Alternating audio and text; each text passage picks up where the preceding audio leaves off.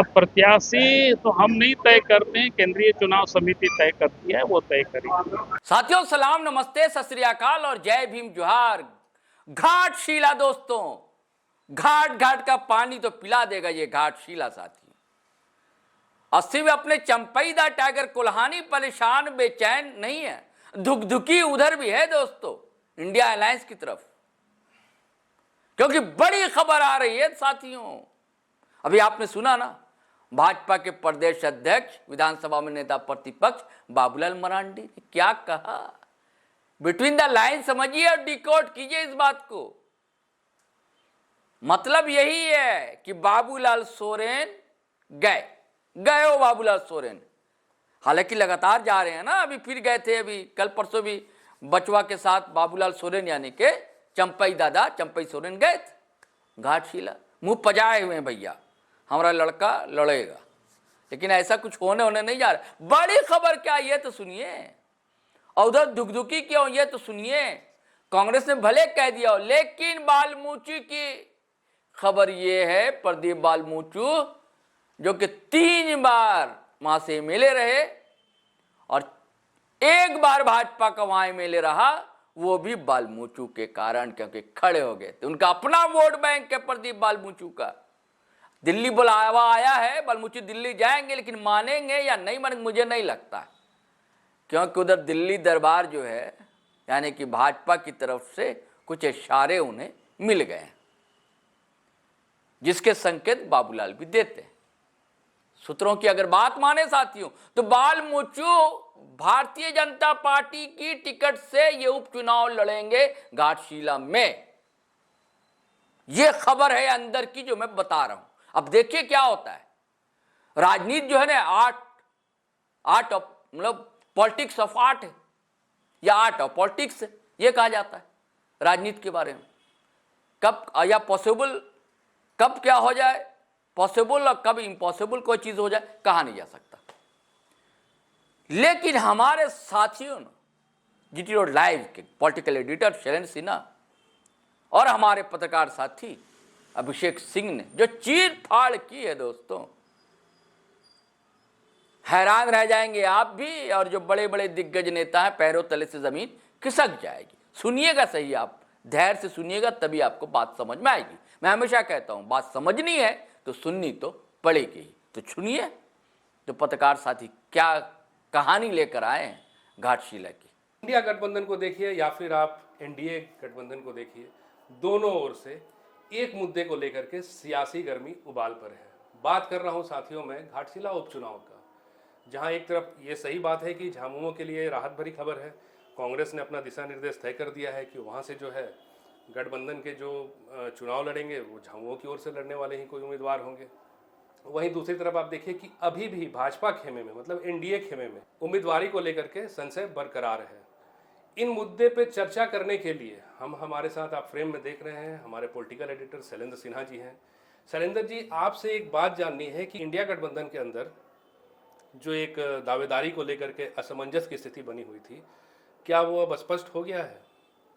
देखिए अभिषेक जी, आप सही कह रहे हैं। जो झामुमो के लिए तो बहुत बड़ी राहत की खबर है, क्योंकि जिस तरीके से कांग्रेस ने ये कह दिया है, जो वो वहाँ पर अपना कोई उम्मीदवार नहीं देने जा रहा या उस सीट को लेकर के कोई दावेदारी नहीं करने जा रहा, या इसलिए भी क्योंकि अभी हम लोगों ने कुछ दिनों पहले जब एक अन्य वीडियो में चर्चा हम लोग कर रहे थे तो ये कह रहे थे जो प्रदीप बालमूचू जो घाटशिला के पूर्व विधायक भी रह चुके हैं, कांग्रेस पार्टी के पूर्व प्रदेश अध्यक्ष रह चुके हैं, तो उन्होंने दावेदारी की थी। उनका ये था जो वो चुनाव लड़ना चाहते हैं घाटशिला से, कांग्रेस को इस ओर में पहल करनी चाहिए। तो उसे लेकर के एक जेएमएम के माथे पे कह सकते हैं जो बल पड़ गए थे, और ये लग रहा था जो क्या होगा गठबंधन का, इंडिया गठबंधन। लेकिन अब जब कांग्रेस नेतृत्व ने ये कह दिया है जो घाटशिला उपचुनाव में जेएमएम ही चुनाव लड़ेगा और कांग्रेस को या कांग्रेस की ओर से पूरा समर्थन पार्टी को रहेगा, यानी इंडिया गठबंधन में अब उस सीट को लेकर के कोई बवाल अब नहीं मचने जा रहा। रही बात दूसरी, जो प्रदीप बालमूचू अब क्या करेंगे जी, क्या वो मान जाएंगे? वही सवाल मैं पूछने वाला था। हाँ, आप सही कह रहे हैं। देखिए, मानना लग रहा है जो थोड़ा मुश्किल होगा उनके लिए, क्योंकि जिस तरीके से वो पिछले कुछ एक दिनों से या एक आध डेढ़ महीने से वो तैयारी भी कर रहे थे, लोगों से मिल रहे थे, अपने कार्यकर्ताओं से उस क्षेत्र में लगातार सक्रिय हो रहे थे। तो वैसी स्थिति में उनके लिए अचानक चुप बैठ जाना शायद संभव नहीं हो, क्योंकि यदि यही एक मौका है प्रदीप बलमुचू के पास, जो वो अपनी राजनीति जो है, खासकर चुनावी राजनीति, वो बरकरार रख पाएंगे। यदि इस बार भी उन्होंने हाथ खड़ा कर दिया या आप कहते हैं सरेंडर कर दिया चुनाव को लेकर के, तो फिर आने वाले समय में तो कोई मतलब शायद ही ऐसा कोई मौका घाटशिला विधानसभा क्षेत्र में कभी ये नजर आएगा जब प्रदीप बलमुचू को चुनाव लड़ने का, और खासकर प्रमुख राजनीतिक दलों से, चाहे वो कांग्रेस की ओर से हो, कम से कम कांग्रेस की ओर से हो, तो वो मौका उनको फिर नहीं मिलने वो जा कह रहा। भी रहे हैं शैलेंद्र जी की पहले गठबंधन का मतलब ये हुआ कि भाई हमने भी अपनी एक सीट छोड़ी थी पिछले चुनाव के समय में कांग्रेस ने, लोकसभा चुनाव जी के हाँ, जी दौरान। हाँ, हाँ, बिल्कुल। सही कह रहे हैं, बिल्कुल बिल्कुल ठीक कह रहे हैं। हाँ, तो क्या है मतलब ये एक तरफा थोड़ी होगा, गठबंधन है तो हमारे भी बातों को रखा जाना चाहिए, हमें भी मौका दिया जाना चाहिए। प्रदीप बलमुचू का ये तर्क था, बिल्कुल आप सही कह रहे हैं, जो प्रदीप बलमुचू का यही तर्क था जो वो चर्चा कर रहे थे, जो लोकसभा चुनाव की, जो लोकसभा चुनाव में कैसे कांग्रेस ने अपनी सिटिंग जो सिंहभूम की सीट थी वो जेएमएम को हैंड ओवर कर दिया था या दे दिया था, और फिर सिंहभूम से जोआ मांझी वहां से चुनाव भी जीती हैं, वो भी सांसद बनी। तो और जबकि उससे पहले कांग्रेस की गीता कोड़ा सांसद रही थी, हालांकि बाद में वो बीजेपी में चली गई और बीजेपी के उम्मीदवार के रूप में लड़ी भी, लेकिन कांग्रेस ने अपनी सिटिंग सीट दी थी। तो वो चर्चा उसी को लेकर के, इसी को आधार बना के प्रदीप बलमुचू कह भी रहे थे जो कांग्रेस को कम से कम ये सीट मांगने की दिशा में एक पहल करनी चाहिए। ठीक है, अब कांग्रेस ने जब ये नहीं की है और अपने हाथ खड़े कर दिए, जो चुनाव वो नहीं लड़ेगी, जेएमएम को साथ देगी, तो प्रदीप बलमुचू के लिए तो निश्चित रूप से ये एक सोचने वाला क्षण है, और वो जो आगे आने भविष्य की राजनीति वो किस ओर अपनी ले जा सकते हैं, तो ये सोच सकते हैं। मुकाबला अब त्रिकोणीय भी नजर आ रहा है, क्योंकि जेएलकेएम ने अब तक अपना पत्ता नहीं खोला है। जयराम कह भी रहे हैं कि भाई समय आएगा तो हम आपको इन सारी चीजों से अवगत करा देंगे। हाँ, तो क्या ऐसा लगता है कि प्रदीप बलमुचू के लिए कुछ उस तरफ का भी रास्ता तैयार हो रहा है?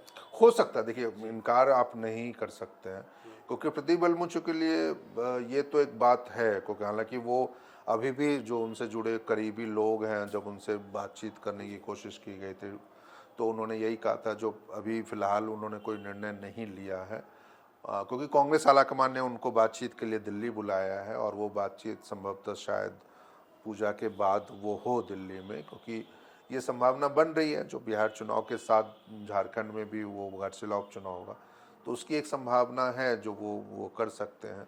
लेकिन यही होगा जो, हाँ, फिर उनको अपने पार्टी से इस्तीफा देना होगा। ये तो पहले भी कांग्रेस से, हाँ, ये पहले भी कर चुका, आप सही कह रहे हैं। जो पिछली बार मुझे याद है, आपको भी याद होगा, जो 2019 का वक्त था जब कांग्रेस ने उस समय भी गठबंधन के तहत यह सीट जेएमएम के खाते में गई थी, तो प्रदीप बलमुचू ने कांग्रेस से रिजाइन कर दिया था, और उस समय वो आजसू पार्टी के उम्मीदवार के रूप में वहां से चुनाव लड़े।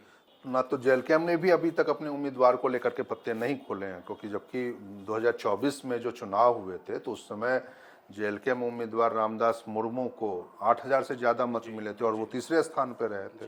तो इस बार भी उनके लिए संभावनाएं बहुत बड़ी हैं, क्योंकि पिछली बार तो जयराम मातो तब सक्रिय थे और वहाँ उस इलाके में जब वो विधायक नहीं बने थे, और वो भी खुद चुनाव लड़ रहे थे। तो इस बार भी विधायक के रूप में उनकी लोकप्रियता जितनी, हाँ, कद भी बड़ा हुआ, लोकप्रियता भी बढ़ी है। तो वैसे में यदि वो अपने उम्मीदवार वहाँ खड़ा करते हैं तो निश्चित रूप से और बेहतर परफॉर्मेंस करने के लिए संभावना रहती है। भाजपा की खामोशी या कहिए एनडीए की खामोशी, न भाजपा की ओर से अभी तक कोई आधिकारिक घोषणा हुई है, न बयान आया है, न ही उम्मीदवारी तय हुई है। चंपई अपनी ओर से पूरे जोश खरोश के साथ लगे हुए हैं। शैलेंद्र जी, क्या ऐसा नहीं लग रहा है कि भाजपा की ऐसी रणनीति नहीं हो सकती है कि वो जेएलकेएम के साथ, गठबंधन के साथ इस चुनाव को लड़े, त्रिकोणीय ना हो? देखिए ये कयासबाजी तो है, कयास ऐसे लगाए जा रहे हैं। कयास इसलिए भी लगाए जा रहे हैं जो भाजपा भी ये बेहतर समझ रही है और जान रही है, जो यदि मामला त्रिकोणीय हुआ तो उसके लिए फिर वहाँ संभावना कम हो सकती है, क्योंकि पिछले चुनाव में 20-22 हजार वोटों से बीजेपी को हार मिली थी।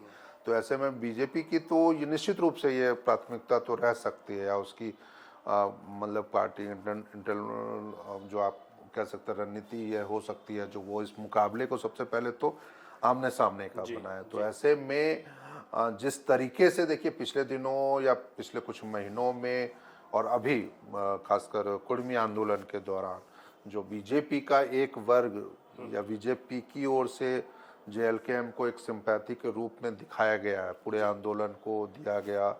और मतलब कि आप कह सकते हैं जो सामने तौर पे तो नहीं आए, लेकिन बीजेपी के 2 विधायक तक जब वो कुर्मी आंदोलन में दिखे थे, तो बीजेपी के लिए ये एक अपर हैंड हो सकता है जो वो इन सब चीज़ों को रखते हुए और अंदरूनी तौर पर शायद जेएलकेएम को वो समझाने में कामयाब रहे जो आप अपना उम्मीदवार वहाँ ना दें। और इसके बदले में हो सकता है जो अभी जब अब कुर्मी आंदोलन वाले एसटी में जो शामिल करने की कुर्मियों की मांग है, उसको लेकर के गृह मंत्रालय जब पहल कर रहा है बैठक को लेकर, और उसमें जयराम महतो को भी बुलाया गया, तो एक आप इसको ट्रैक टू डिप्लोमेसी के तहत भी आप ये कह सकते हैं जो उसमें शायद वो चर्चा हो जो हम आपकी मांगों पे गंभीरतापूर्वक विचार करेंगे, बदले में आप हमें आप घाटशिला उपचुनाव को छोड़ सकते हैं। तो आप सही कह सकते हैं जो ये चीजें संभावनाएं बन सकती हैं। एक बात है, ठीक है शैलेंद्र जी, मेरा ये कहना है कि अगर प्रदीप बालमुचु फिर से इस्तीफा देते हैं, अगर वो नौबत आती है, वो सिचुएशन बनता है, तो क्या लगता है उनका झुकाव जेएलकेएम की ओर हो सकता है?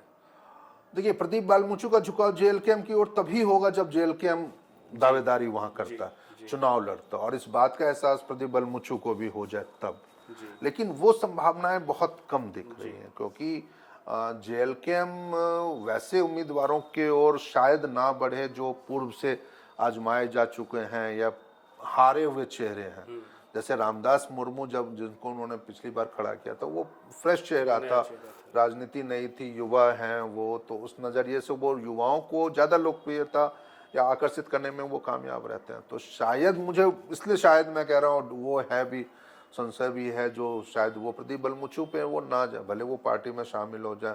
प्रदीप बालमुचु के लिए यह भी हो सकता है जो वो बीजेपी में भी शामिल हो जाए, लेकिन वो संभावनाएं तभी बनेगी जब उनको ये आश्वासन मिल जाए जो हाँ आप शामिल होइए और हम आपको टिकट भी दे देंगे। जैसे तो डुमरी में हुआ, दिवंगत जगन्नाथ महतो के निधन के बाद बेबी देवी को मंत्री बनाया गया। उसी तरह से आपने देखा हफीजुल अंसारी को मंत्री बनाया गया जब हाजी हुसैन अंसारी का देहांत हो गया था। तो क्या ऐसा नहीं लग रहा है कि पूजा के दरमियान या फिर इन बीच के समय में झारखंड मुक्ति मोर्चा जो है अपनी दावेदारी सुनिश्चित करने के लिए सोमेश सोरेन को पहले मंत्री बना दे? ये हो सकता है। देखिए, अभी तो अब तक तो ये जरूर लग रहा था जो जेएमएम के लिए मुश्किल होगी, क्या कहीं कांग्रेस ने अपनी दावेदारी कर दी और वो उन चीज़ों को, लेकिन अब जब कांग्रेस ने ये बात कह दी है, सार्वजनिक रूप से ऐलान कर दिया जो वो घाटशिला उपचुनाव में जेएमएम को सपोर्ट कर रहे हैं और वहाँ से चुनाव नहीं लड़ेंगे, तो जेएमएम के लिए आसान अब हो सकता है, ये रास्ता आसान हो गया जो अब वो चाहे तो वो, क्योंकि चर्चा तो यह भी आ रही है जो सोमेश सोरेन की जगह उनकी मां जो हैं दिवंगत मंत्री रहे हैं रामदास सोरेन, उनकी पत्नी सूरजमणि देवी को भी उम्मीदवार बनाया चाहता है। खैर जिनको भी बनाए वो जेएमएम, तो ये दांव फिर से वो खेल सकते हैं जो पहले वो मंत्री बना दें, चाहे सोमेश सोरेन को चाहे सूरजमणि देवी को, और उसके बाद वो विधानसभा चुनाव के बीच में जाए। तो लेकिन ये दिलचस्प है इस बार की जो राजनीति है वो बिल्कुल नई परिस्थितियों में और अलग परिस्थितियों में है, खासकर तब जब बीजेपी के लिए ये एक संकट है, चुनावी स्थिति है जो वो जिस तरीके से अपनी छवि उनकी गिरती जा रही है और आदिवासी सीटों पर जो उनका परफॉर्मेंस रहा है, जो पिछले विधानसभा चुनाव में 28 में से सिर्फ 1 सीट मिली थी उनको, और वो भी सिर्फ चंपईदा वाली सीट मिली थी, बाकी 27 में उनके कैंडिडेट हार गए थे। तो जो पकड़ उनकी कमजोर बीजेपी की हुई है, तो वो इस उपचुनाव से उस ओर बढ़ सकते हैं। दूसरी तरफ आप चंपईदा के लिए भी कह सकते हैं जो उनके लिए भी है, जो अपनी लोकप्रियता को बरकरार रखने, और यदि उनके बेटे को फिर से बाबूलाल सोरेन को फिर से टिकट मिलता है तो वो भी उनके लिए एक आसान हो सकता है। बीजेपी के लिए तो ये है बड़ी चुनौती। तो साथियों, आपने सुना सटीक विश्लेषण एक बार फिर से हमारे पॉलिटिकल एडिटर शैलेंद्र सिन्हा जी के द्वारा। अब देखिए साथियों, चुनाव तो जैसे जैसे उपचुनाव जो है वो नज़दीक आ रहा है, वैसे वैसे राजनीतिक सरगर्मी तेज हो रही है।